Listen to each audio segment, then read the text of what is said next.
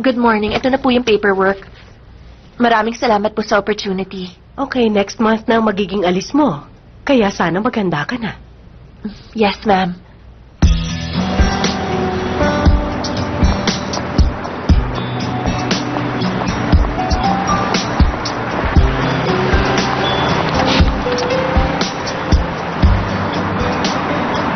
Sa Samundong, Manong.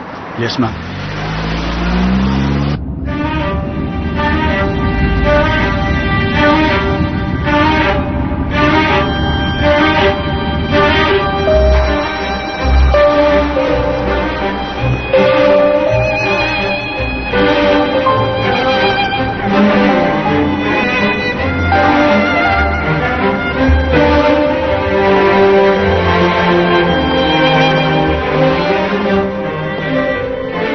May kailangan po ba kayo, sir?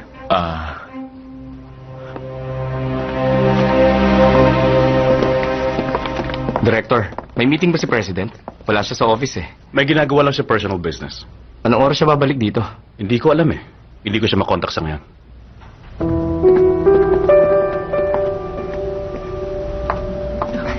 Kumusta ka na? Isa, dalawa, tatlo, apat, lima. Ba? 5-0 to ah. Sabihin mo na sa akin ngayon. Hindi ko pa masasabi, hinahanap ko pa siya. Alam mo na kung nasan siya, di ba? Hindi ko pa nga alam.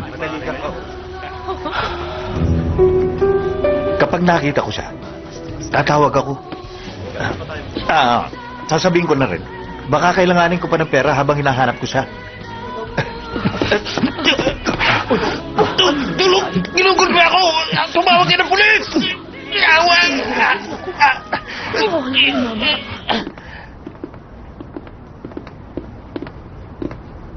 Yan, dito yun. Ipangako mo sa akin, ha?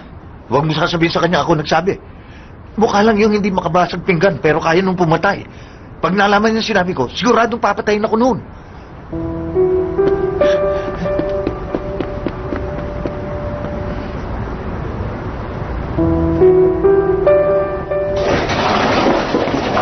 Tuloy kayo. Gusto niyo po ng soup? Oo. Isang soup daw po para sa customer. Oo, sige.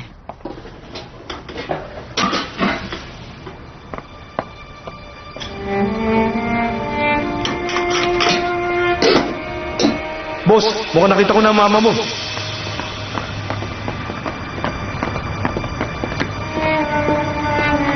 Dito.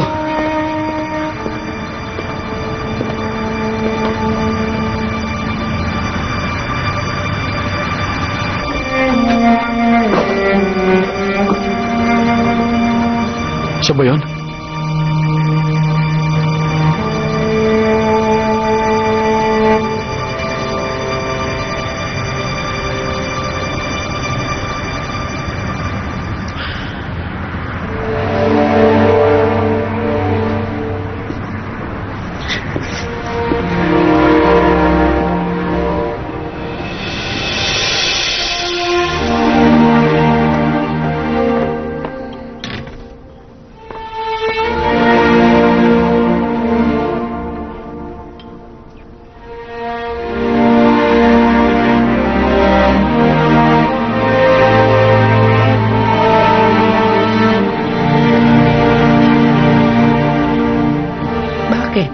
Masama ba ang lasa?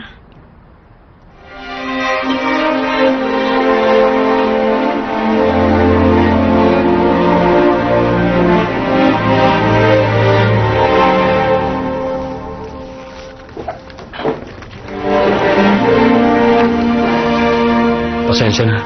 Babalik na lang ako.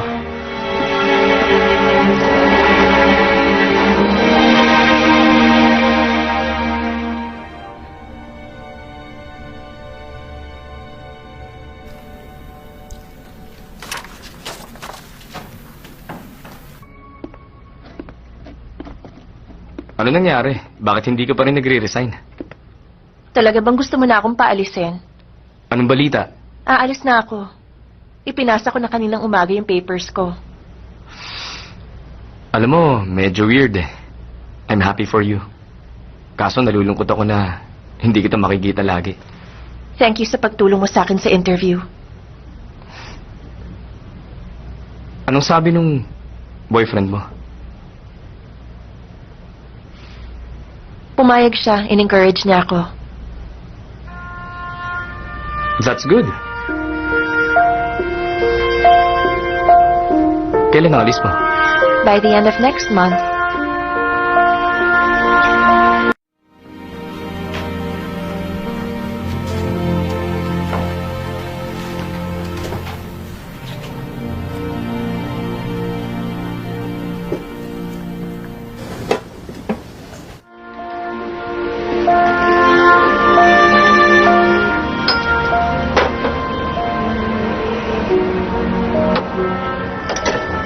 Pare, may problema ba? Wala, matagal lang ako hindi uminom.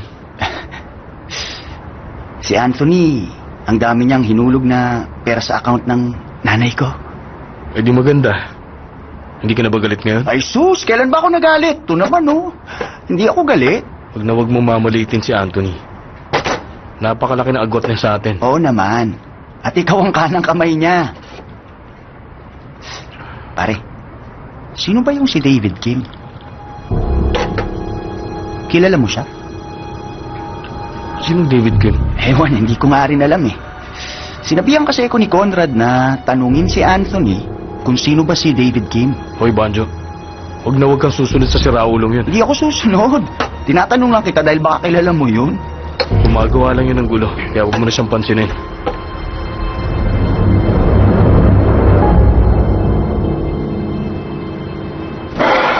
Umuwi ka na, gagabihin ka na. Ito, hinanda ko ito para sa inyo ng tiyahin mo. Medyo marami-rami itong hinanda ko. Yung iba nito, pwede mong ibaon sa eskwelahan.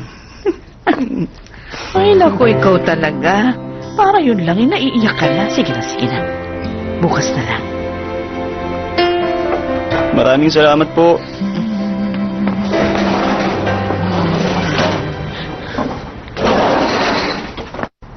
Ay, naku, pasensya na. Wala na kaming pagkain, sarado na Kayo kami. ba si Lara yun? Mga polis kami. Bakit? May problema ba? Meron lang kami ilang katanungan. Maupo tayo. Kilala niyo ba si David Kim? Kilala niyo, di ba? Sa ngayon, alam niyo ba kung saan namin siya makikita? Malamang pamilya niyang nakakaalam noon. Ba't ako tinatanong niyo? Kung gano'n, hindi niyo alam na nawawala siya? Nawawala siya. Anong ibig niyo sabihin? Ito siya, di ba? Oo, siya nga yan. Pero bakit siya nawawala? At saka kailan pa? Maraming salamat na lang, ha. Tuloy na po kami.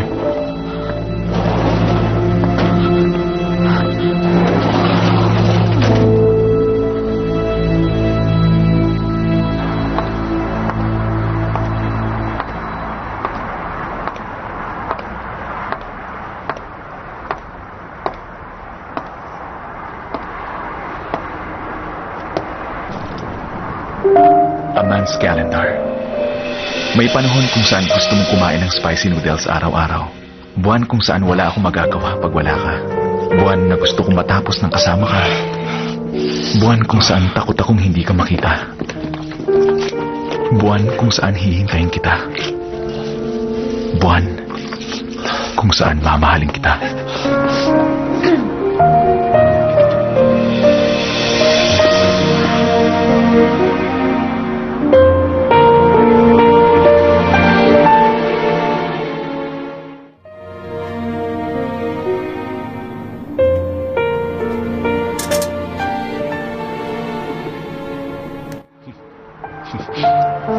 Nakakatuwa siya, hindi ba? Maganda yung sinulat niyang tula. Sa tingin ko, kagabi niya sinulat yan. Gusto ko si Jake Lee. Mukhang mabait siyang bata. Buti pa, imbitahan mo siya rito minsan bago ka umalis. Tama na nga yung pagiging two-timer mo. Si Anthony, inaamin kong malaki nga na itulong niya. At saka nakakaawa naging buhay niya. Pero hindi ko siya gusto para sa iyo, anak. Sige, sabihin mo na makasarili ako. Pero kung ako ang tatanungin, mas gusto kong iba na lang ang mag-aalaga sa kanya. Papa, si Anthony ang nagsulat niyang tula.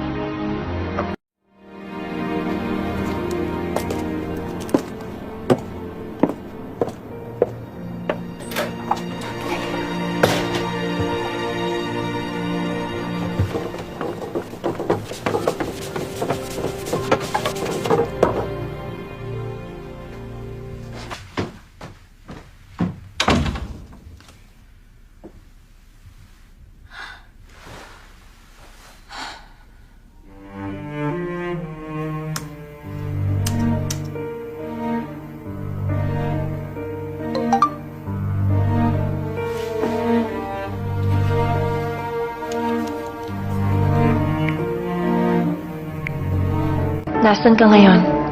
Kailangan natin mag-usap.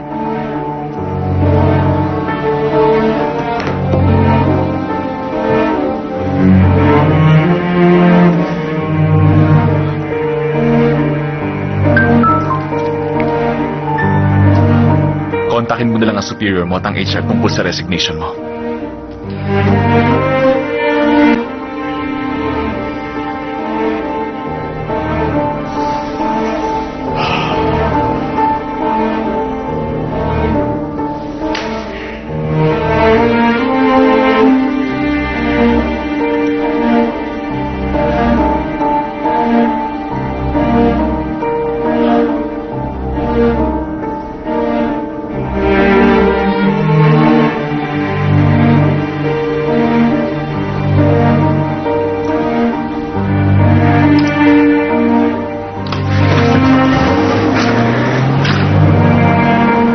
Kung gusto mo ako makausap, pumunta ka dun sa sinend kong address.